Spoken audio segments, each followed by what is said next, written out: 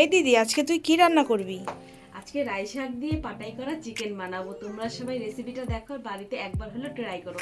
যারা যারা পাহাড়ি এলাকায় থাকো তারা তারা হয়তো জানো রাই শাক দিয়ে চিকেন খেতে কতটা টেস্ট হয়।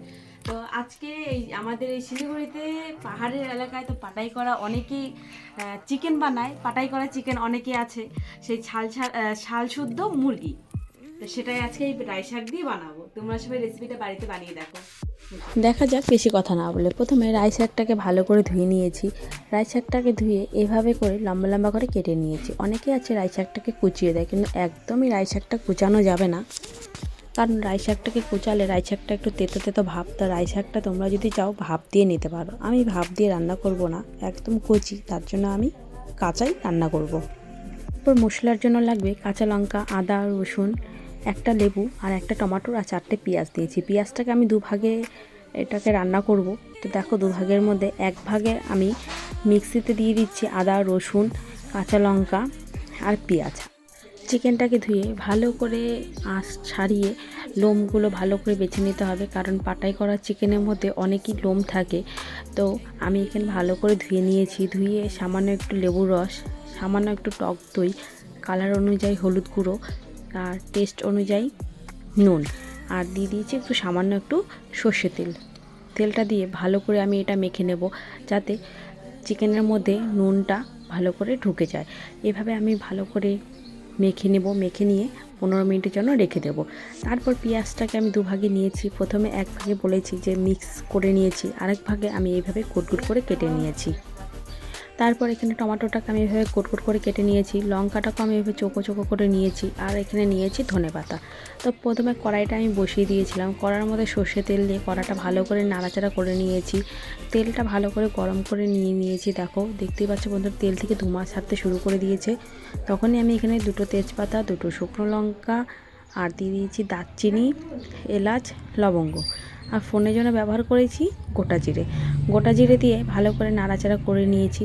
একটু জিরেটা একটু লালচে রং হবে, তখনই আমি এখানে পেঁয়াজ যে গোটগুট করে কেটে রেখেছিলাম পাপড়ি ছাড়িয়ে, সেই এখানে আমি পেঁয়াজগুলো দিয়ে দিলাম।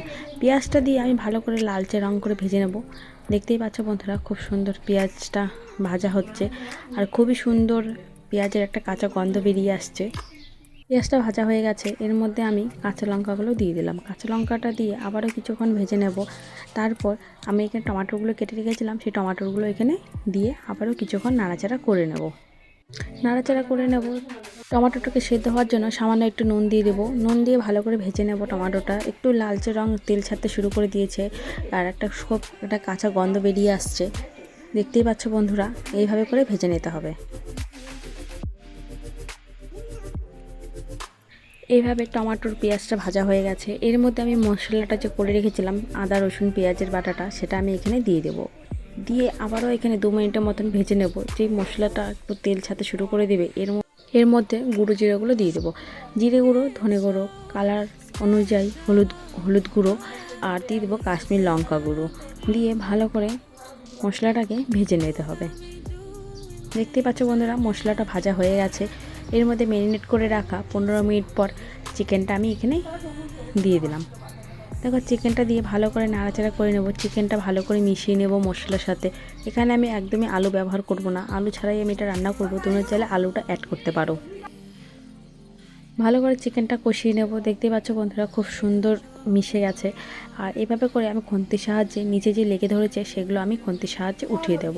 এর মধ্যে আমি আবার এখানে উষ্ণ গরম জল ব্যবহার করেছি। উষ্ণ গরম জল দিয়ে আমি এখানে চিকেনটা ভালো করে কষিয়ে নেব অল্প অল্প করে। তোমরা দেখতেই পাচ্ছ, যেহেতু পাটাই করা চিকেন, তো খেতেও খুব ভালো। আর চিকেনটা যত তোমরা কষাবে ততটা টেস্ট হবে রান্না, আর ততটা চিকেনটা তুলতুলে নরম হবে। তো দেখো বন্ধুরা, খুব সুন্দরভাবে কষানো হয়ে গেছে, আর খুব সুন্দর একটা চিকেনের গন্ধ বেরিয়ে আসছে, খুবই ভালো লাগছে। তো দেখো, আমি এইভাবে 5 মিনিটের মতন, 5 থেকে 10 মিনিটের মতন আমি এটা কষিয়ে নেব, গ্যাসটা একদম লো ফ্লেমে রেখে।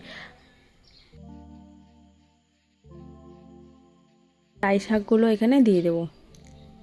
দেখো বন্ধুরা, রাই শাকটা দিয়ে দেওয়ার পর রাই শাকটা সুন্দরভাবে এর সাথে দেওয়ার পর সঙ্গে সঙ্গে রাই শাকটা খুব সুন্দর নরম হয়ে আসছে। রাই শাকটা দিয়ে দেওয়ার পর আবারও আমি এখানে মিনিট 5-এর মতন চিকেনটা আবারও কষিয়ে নেব। দেখতেই পাচ্ছ খুব সুন্দর তেল ছাড়তে শুরু করে দিয়েছে, আর হচ্ছে যে পাতাগুলো খুবভাবে নরম হয়ে গেছে।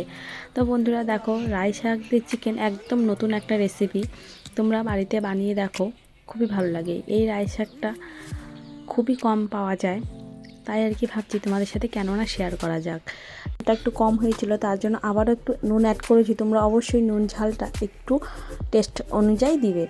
তো দেখো এই সাইডে নুনটা দিয়ে ভালো করে কষিয়ে নিয়েছি 5 মিনিটের মতন। আর চিকেনটা রান্না করতে অনেকটাই সময় লাগে, তাই হাতে একটু সময় নিয়ে রান্না করতে হয়। তো এইভাবে আমি মিনিট 5 থেকে 10 মিনিটের মতন আবারও চিকেনটা ভালো করে কষিয়ে নিলাম। এভাবে কষিয়ে নেওয়ার পর দেখতেই পাচ্ছ বন্ধুরা, খুব সুন্দর একটা কালার ছেড়েছে, আর খুব সুন্দর কালারও হয়েছে।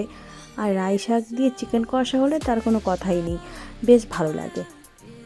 তো তোমরা এইভাবে বাড়িতে একবার বানিয়ে দেখো, চিকেন রাই শাক দিয়ে চিকেন কষা খেতে দুর্দান্ত লাগে। অনেকেই আছে অনেক রকম করে চিকেনটা বানিয়ে খায়, এইভাবে একবার চিকেনটা বানিয়ে রান্না করো, দেখো তোমাদের বেশ ভালো লাগবে। থেকে একদম তেল ছাড়তে শুরু করে দিয়েছে, ঝোলটাও শুকিয়ে গেছে প্রায়। এর মধ্যে আমি গরম জল ব্যবহার করব। গরম জলটা দিয়ে দিচ্ছি, তোমরা অবশ্যই গরম জলটা দিবে, তাহলে চিকেনের মধ্যে খুবই একটা স্পাইসি ভাব আসে। ঠান্ডা জল দিলে চিকেন রান্নাটা যত ভালো করে করো না কেন অতটা টেস্টি আসে না।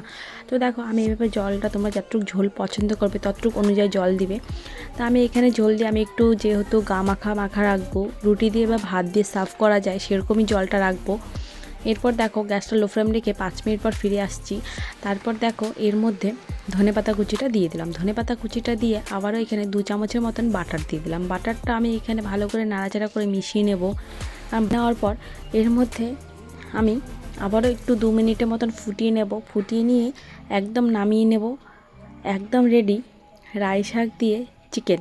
তোমরা এভাবে বাড়িতে বানাও, দেখো খুব ভালো লাগবে খেতে। আর একদম এত সুন্দর লাগে, কেউ কেউ আছে রুটির সাথে বা ভাতের সাথে, একদম যদি খেয়ে দেখো একদম নতুন একটা রেসিপি, তোমাদেরও বেশ ভালো লাগবে। সো বন্ধুরা, আমার রান্নাটা যদি ভালো লেগে থাকে প্লিজ সবাই লাইক, কমেন্ট, শেয়ার, সাবস্ক্রাইব করতে ভুলো না। দেখা হচ্ছে নেক্সট ভিডিওতে। ভালো থেকো, সুস্থ থেকো।